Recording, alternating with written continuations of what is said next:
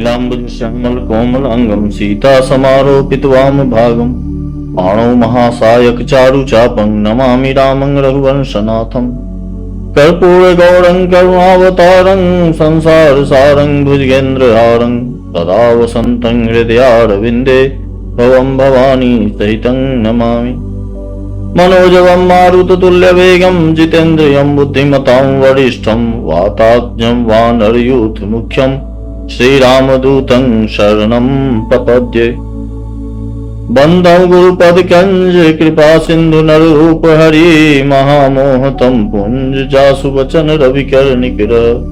जय सिया राम। मानसामृत के अगले भाग में फिर से आपका स्वागत। फिर से जय सिया राम। पिछले पाठ में हमने बाल कांड के दोहा संख्या 280 तक का पाठ किया। धनुष यज्ञ में भगवान पहुंचते हैं। सभी राजाओं के असफल प्रयास के बाद ऋषि विश्वामित्र की आज्ञा से शिव जी के धनुष को तोड़ते हैं। सीता जी जयमाला डालती है उनके गले में। जो मानी अभिमानी दुष्ट राजा थे वो अंट संट बकने लगते हैं। कोई कहता है कि दोनों बालकों को पकड़कर बंदी बना लो, सीता को छुड़ा लो। कोई कहता है कि जनक जी सहायता करें, उनको बांध लो। तो जो भले राजा थे उन्होंने समझाया कि भाई ये सब ईर्ष्या मद मोह ये सब का त्याग करो और नेत्र भर श्री राम जी के दर्शन करो और लक्ष्मण जी के क्रोधाग्नि का ये नहीं बनो, शिकार मत बनो। इसी बीच में धनुष भंग सुनकर भृकुल कमल पतंग श्री भगवान परशुराम पहुंच जाते हैं। भगवान परशुराम जब पहुंचते हैं तो वहां पर जनक जी सीता जी से प्रणाम कराते हैं। विश्वामित्र जी दोनों भाइयों राम लक्ष्मणों को उनसे मिलाते हैं, लक्ष्मण को उनसे मिलाते हैं। तो अब जनक जी से पूछते हैं कि ये भीड़ क्यों है। जनक जी सारा वृत्तांत बताते हैं। अब कहते हैं बताओ धनुष तोड़ा किस। अब यहीं से नोकझोंक शुरू हो जाती है लक्ष्मण जी के साथ। लक्ष्मण जी व्यंग्यवान चला रहे हैं और परशुराम जी क्रोधित होते जा रहे हैं। बार बार फरसा उठाते हैं, उन्हें चेतावनी देते हैं, धमकी देते हैं, लेकिन लक्ष्मण जी पर कोई प्रभाव नहीं पड़ता। वो चुटकी लेते जाते हैं और उतना इनका गुस्सा बढ़ता जाता है। जब कुछ ज्यादा बात बढ़ गई तो भगवान राम छोटे भाई को शांत करा के और परशुराम जी के गुस्से को शांत कराने का प्रयास करते हैं। प्रारंभ में तो उनकी बातों पर उतना ध्यान नहीं देते हैं परशुराम मुनि, लेकिन उतना ध्यान नहीं देते हैं और वो कहते हैं कि तुम्हारा भाई ये है, ऐसा है, वैसा है, दुष्ट है, पापी है। लेकिन जब भगवान बार बार उन्हें कुछ कहते हैं तो अब उन पर भी, श्री राम पर भी परशुराम जी को क्रोध आ जाता है। यहां पर भगवान के दो अवतारों का ये सामना हो रहा है। भगवान विष्णु के छठे अवतार भगवान परशुराम और सातवें अवतार भगवान श्री राम, दोनों का सामना है। अब परशुराम जी जब राम जी पर क्रोधित होते हैं, वहां से आगे का वृत्तांत 280 दोहा तक हमने पाठ किया था। अब 280 दोहे से प्रारंभ करते हुए आगे का पाठ। जय सिया राम। परशुराम तब राम प्रति बोले उरति क्रोध, शंभु सरासन तोड़ी सठ करसी हमार प्रबोध। दोहा संख्या 280। आगे बंधु कहि कटु सम्मत तोरे, तू छल छल विनय करसी कर जोरे, करु परितोष मोर संग्रामा, नहीं त छाड़ कहा उबरामा। तेरा यह भाई तेरी ही सम्मति से कटु वचन बोलता है और तू छल से हाथ जोड़कर विनय करता है। या तो युद्ध में मेरा संतोष कर, मुझे संतुष्ट कर, नहीं तो राम कहलाना छोड़ दे। दोनों राम है, वो परशुराम और ये राम।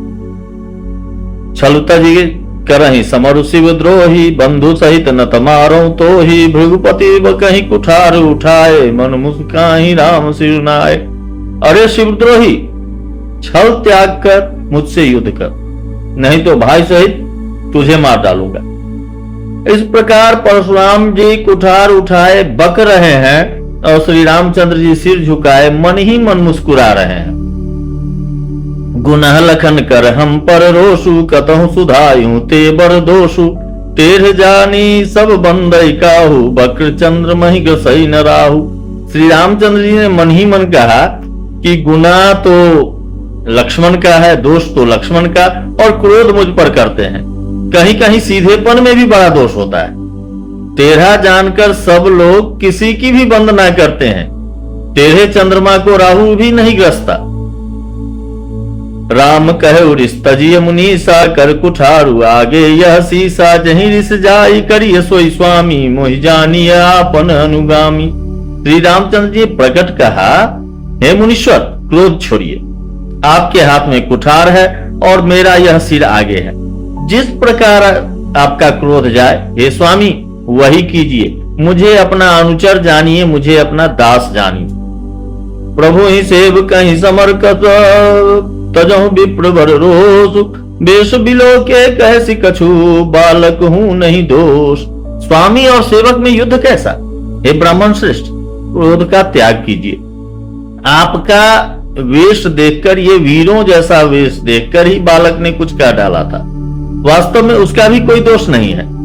देखी कुठार बाण धनुधारी, भैलरी कहीं रिस वीर विचारी, नाम जान पे तुम्हें न चिन्हा, वंश सुभाए उतरते ही दिन्हा। आपको कुठार बाण और धनुष धारण किए देखकर और वीर समझकर बालक को क्रोध आ गया। वह आपका नाम तो जानता था पर उसने आपको पहचाना नहीं। अपने वंश के स्वभाव के अनुसार, रघुवंश के स्वभाव के अनुसार उसने उत्तर दिया, जो तुम औते हो मुनि की नाई, पदरज सिर शिशु धरत गोसाई, क्षमौत चूक अनजानत केरी, चाहिए विप्र कृपा घनेरी। यदि आप मुनि की तरह आते तो हे स्वामी, बालक आपके चरणों की धूलि सिर पर रखता। अनजाने की भूल को क्षमा कर दीजिए। ब्राह्मणों के हृदय में बहुत अधिक दया होनी चाहिए। हम ही तुम्हें सरिवरी का सिना था, कहूं न कहा चरण कह माथा, राम मात्र लघु नाम हमारा, परशु सहित बर नाम तुहारा। हे नाथ, हमारी और आपकी बराबरी कैसी? कहिए न, कहां चरण और कहां मस्तक, कहां मेरा नाम राम मात्र छोटा सा नाम और कहां आपका परशु सहित बड़ा नाम।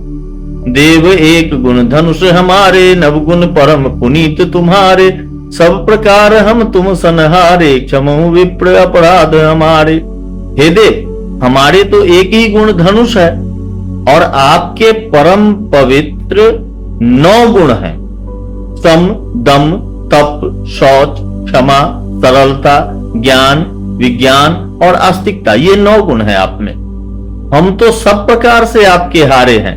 हे विप्र, हमारे अपराधों को क्षमा कीजिए। बार बार मुनि विप्र बरा, कहा राम सन राम, बोले भृगुपति सरुस हसी, तहु बंधु समबाम। श्री रामचंद्र जी ने परशुराम जी को बार बार मुनि और विप्रवर कहा। तब भृगुपति परशुराम जी कुपित होकर या क्रोध की हंसी हंसकर बोले, तू भी अपने भाई के समान ही टेढ़ा है। निपट ही द्विज करी जान ही मोही, मैं जस विप्र सुनावो तो ही, चाप श्रुवा सर आहुति जानू, मोर कोप मोर अति घोर कृषाणु। तू मुझे निरा ब्राह्मण ही समझता है, मैं जैसा विप्र हूं तुझे सुनाता हूं। धनुष को सुरवा, वाण को आहुति और मेरे क्रोध को अत्यंत भयंकर अग्नि जान। समिधि सेन चतुरंग सुहाई, महामहीप भय पशुआई, मैं यही परशु काटि बलि दिन्हे, समर यज्ञ जप कोटिन किन्हे। चतुरंगिणी सेनाएं, सुंदर समिधा, यज्ञ में जलाई जाने वाली लकड़ियां, सुंदर समिधाएं हैं और बड़े बड़े राजा उसमें आकर बलि के पशु हुए हैं, जिनको मैंने इसी फरसे से काटकर बलि दिया है। ऐसे करोड़ों जप युक्त रण यज्ञ मैंने किए हैं, अर्थात जैसे मंत्रोच्चार पूर्वक स्वाहा शब्द के साथ आहुति दी जाती है, उसी प्रकार मैंने पुकार पुकार कर राजाओं की बलि दी है। मोर प्रभाव विदित नहीं तोरे, बोलसी निधरि विप्र के भोरे। भंजेऊ चाप दाप बरबाढ़ा, अहमित मनहु जीती जग ठाढ़ा। मेरा प्रभाव तुझे मालूम नहीं है, इसी से तू ब्राह्मण के धोखे मेरा निरादर करके बोल रहा है। धनुष तोड़ डाला, इससे तेरा घमंड बहुत बढ़ गया है। ऐसा अहंकार है मानो संसार को जीत कर खड़ा है। राम कहा मुनि कहो बिचारी, ऋषि अति बड़ी लघु चूक हमारी। छुअत ही टूट पिनाक पुराना, मैं कहीं है तू करो अभिमाना। श्री रामचंद्र जी ने कहा, हे मुनि विचार कर बोलिए, आपका क्रोध बहुत बड़ा है और मेरी भूल बहुत छोटी है। पुराना धनुष था, छूते ही टूट गया, मैं किस कारण अभिमान करूं। जो हम निद रहे विप्रवदी, सत्य सुनो भृगुनाथ। तो जग सुभट जही, भय बस ना वही मात। हे भृगुनाथ, यदि हम सचमुच ब्राह्मण कहकर निरादर करते हैं तो यह सत्य सुनिए। फिर संसार में ऐसा कौन योद्धा है जिससे हम डर के मारे मस्तक नवाएं। देव धनुज भूपति भट नाना, समबल अधिक हो बलबाना। जौरन हम ही पचारे को, लरही सुखेन काल किन हो। देवता, दैत्य, राजा या और बहुत से योद्धा, वे चाहे बल में हमारे बराबर हो चाहे अधिक बलवान हो, यदि रण में हमें कोई भी ललकारे तो हम उससे सुख पूर्वक लड़ेंगे, चाहे काल ही क्यों न हो। क्षत्रिय तनु धरि समर सकाना, कुल कलंकुत ही पावर आना। कहूं सुभाव न कुल ही प्रशंसी, कालहु डर ही नरन रघुवंशी। क्षत्रिय का शरीर धरकर जो युद्ध में डर गया, उस नीच ने अपने कुल पर कलंक लगा दिया। मैं स्वभाव से ही कहता हूं, कुल की प्रशंसा करके नहीं, कि रघुवंशी रण में काल से भी नहीं डरते। विप्र वंश कह असी प्रभुताई, अभय होई जो तुम्हें डेराई। सुनि मृदु गूढ़ वचन रघुपति के, उगरे पटल पल परसुधरी मति के। ब्राह्मण वंश की ऐसी ही प्रभुता है, ऐसी ही महिमा है कि जो आपसे डरता है वो सबसे निर्भय हो जाता है, अथवा जो भय रहित होता है वह भी आपसे डरता है। श्री रघुनाथ जी के कोमल और रहस्यपूर्ण वचन सुनकर परशुराम जी की बुद्धि के पर्दे खुल गए। राम रमापति कर धनु लेहु, खेचौ मिटै मोर संदेहु। देत चाप आप ही चली गयो, परशुराम मन विस्मय भयउ। परशुराम जी ने कहा, हे राम, हे लक्ष्मीपति, धनुष को हाथ में, अथवा लक्ष्मीपति विष्णु का धनुष लीजिए और इसे खींचिए, जिससे मेरा संदेह मिट जाए। परशुराम जी धनुष देने लगे तो वह अपने आप ही चला गया। तब परशुराम जी के मन में बड़ा आश्चर्य हुआ। जाना राम प्रभाव तव, पुलक प्रफुल्लित गात। जोरी पानी बोले बचन, हृदय न प्रेम अमात। तब उन्होंने श्री राम जी का प्रभाव जाना, जिसके कारण उनका शरीर पुलकित और प्रफुल्लित हो गया। वे हाथ जोड़कर वचन बोले, प्रेम उनके हृदय में समाता न था। जय रघुवंश बनज बन भानु, गहन धनुज कुल दहन कृषानु। जय सुर विप्र धेनु हितकारी, जय मद मोह को भ्रमहारी। हे रघुकुल रूपी कमल वन के सूर्य, हे राक्षसों के कुल रूपी घने जंगल को जलाने वाले अग्नि, आपकी जय हो। हे देवता, ब्राह्मण और गो का हित करने वाले, आपकी जय हो। हे मद मोह क्रोध और भ्रम के हरने वाले, आपकी जय हो। विनयशील करुणा गुण सागर, जय दिवचन रचना अति नागर। सेवक सुखद सुभग सब अंगा, जय शरीर छवि कोटि अनंगा। हे विनयशील, कृपा आदि गुणों के समुद्र और वचनों की रचना में अत्यंत चतुर, आपकी जय हो। हे सेवकों को सुख देने वाले, सब अंगों से सुंदर और शरीर में करोड़ों कामदेवों की छवि धारण करने वाले, आपकी जय हो।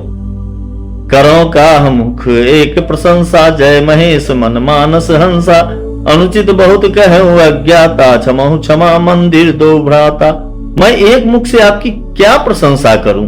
हे महादेव जी के मन रूपी मानसरोवर के हंस, आपकी जय हो। मैंने अनजाने में आपके को बहुत से अनुचित वचन कहे। हे क्षमा के मंदिर दोनों भाई, मुझे क्षमा कीजिए। कही जय जय जय रघुकुल के तू भृगुपति गए बनहि तप हे तू अपभय कुटिल महीप डेराने जहाँ तक कायर गवही पराने। हे रघुकुल के पताका स्वरूप श्री रामचंद्र जी, आपकी जय हो जय हो जय हो। ऐसा कहकर परशुराम जी तप के लिए वन को चले गए। यह देखकर दुष्ट राजा लोग बिना ही कारण के मनः कल्पित डर से, डर क्या था कि रामचंद्र जी से तो परशुराम जी भी हार गए, हमने इनका अपमान किया था, अब कहीं ये उसका बदला न ले, इस व्यर्थ के डर से डर गए और वे कायर चुपके से जहां तहां भाग गए। देवन दिन्नी दुंदुभि प्रभु पर बरसहि फूल हर्षे पुर नर नारी सब मिटी मोह मैसूल। देवताओं ने नगारे बजाए, वे प्रभु के ऊपर फूल बरसाने लगे। जनकपुर के स्त्री पुरुष सब हर्षित हो गए, उनका मोहमय शूल, अज्ञान से उत्पन्न शूल मिट गया। जय सिया राम। दोहा संख्या 285। फिर मिलते हैं मानसामृत के अगले भाग में, तब तक के लिए जय सिया राम।